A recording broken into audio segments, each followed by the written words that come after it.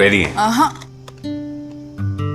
अरे नया बल्ब? ये क्रॉम्पटन का नया एंटी बैक एलईडी बल्ब है। Anti what? इंडिया का पहला एंटी बैक एलईडी बल्ब जो कीटाणुओं को मारे। अनबिलीवेबल। बिलीव इट, क्योंकि इसकी Envirosafe technology Indian medical association recommended है। पहली बात तो ये कहना कि वो मेरा बयान था, अभी वापस मैं बोल रहा हूँ। ठीक है, डॉक्टर हर्षवर्धन जी का आदर करते हुए एक करुणा के साथ मैंने अपनी बात कही है इस विवाद को ख़त्म करने के लिए।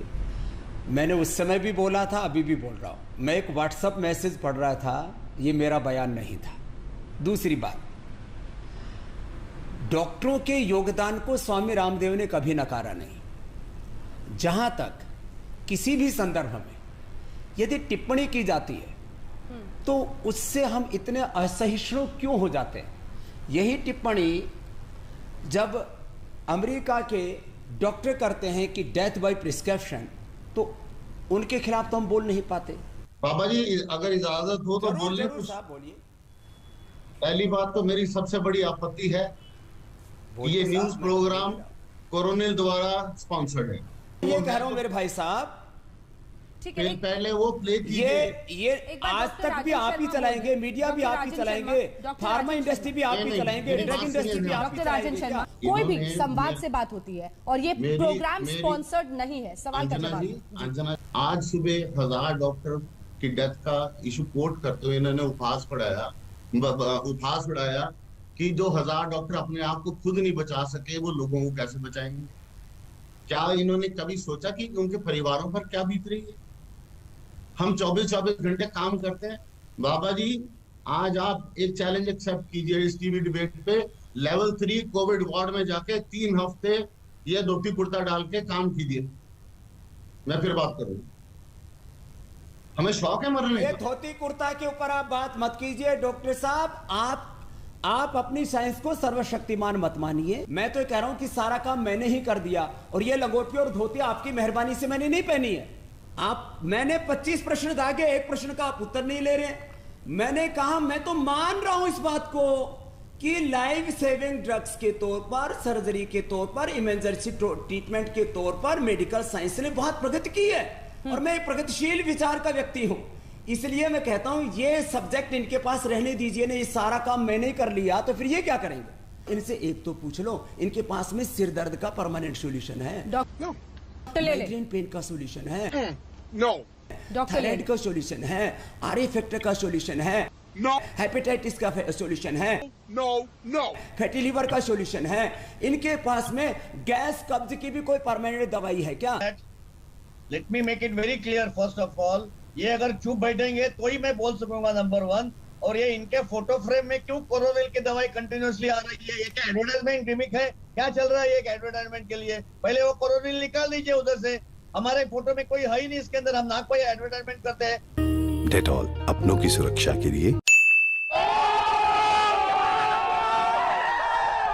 किसी से कोई झगड़ा नहीं, मेरी सिर्फ हाथ जोड़ के आपसे प्रार्थना है, माइल्ड केसेस को आगे मत बढ़ने दीजिए। आप गिलोई खिलाइए, काढ़ा पिलाइए, हाइपरटेंशन कंट्रोल कीजिए, जो मर्जी कीजिए। ये एक युद्ध है जो भारत देश लड़ रहा है। इसमें एक आम आदमी आपको फॉलो कर करके घर से माइल्ड कंडीशन से सीरियस कंडीशन में यहाँ पहुंच रहा है। सुप्रीम कोर्ट ने ऑक्सीजन के लिए क्यों इंटरव्यू किया? सख्त आपत्ति है। आ रही हूं मैं, आ रही हूं बाबा जी, आ रही हूं। गिलोय का काढ़ा बाबा जी, पिएगा, आप चुप रहेंगे। वो मैं आपसे जवाब लूंगी, मैं आपसे जवाब लूंगी। पेशेंट जो है वो मॉडरेट और सीरियस हो जाएंगे।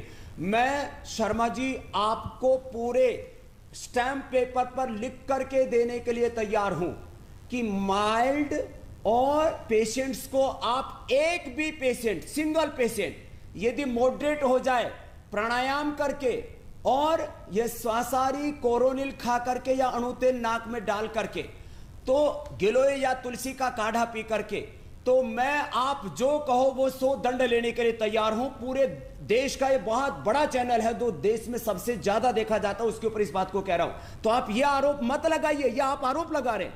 जी ना, मैं कह रहा हूं कोरोना के कारण से शुगर बढ़ रहा है, लोगों का बीपी बढ़ रहा है, लोगों का स्ट्रेस बढ़ रहा है, नींद नहीं आ रही है, इम्यूनिटी डाउन जा रही है, लोगों तो के चलो, पेट खराब हो अब रहे हैं, आपकी बात बड़ी करता हूं, एसिडिटी हो रही है, आपकी उसका बात भी तो बड़ी इलाज करता हूं। बताइए ना, जो हमारे पास उसका सॉल्यूशन है। आपके पास क्या है? आपकी बात बड़ी करता हूं। आपने एक अपने वक्तव्य में कहा कि मैं सोच रहा हूं 50,000 बेड का पतंजलि में एक बेड अस्पताल खोल दूं और मैं होम मिनिस्टर से बात करूंगा, प्रधानमंत्री से बात करूंगा।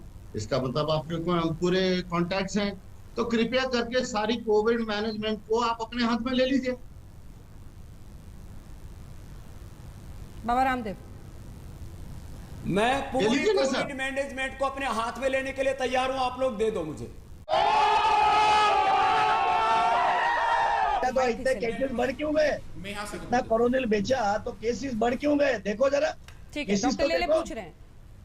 हाँ, इतना कोरोनिल बेचा तो केसेस। अच्छा अरे देखो, गांव में तो लोगों को दवाई नहीं मिलता अब मैं कह रहा हूँ और कोरोनिल हॉस्पिटल खा पहुंच करके नहीं जाता। कम से कम अब आप 1 करो। करोड़ से ज्यादा लोग अच्छे हुए, इसका पूरा डाटा दे देंगे तो आप फिर क्या करेंगे, आप बताओ।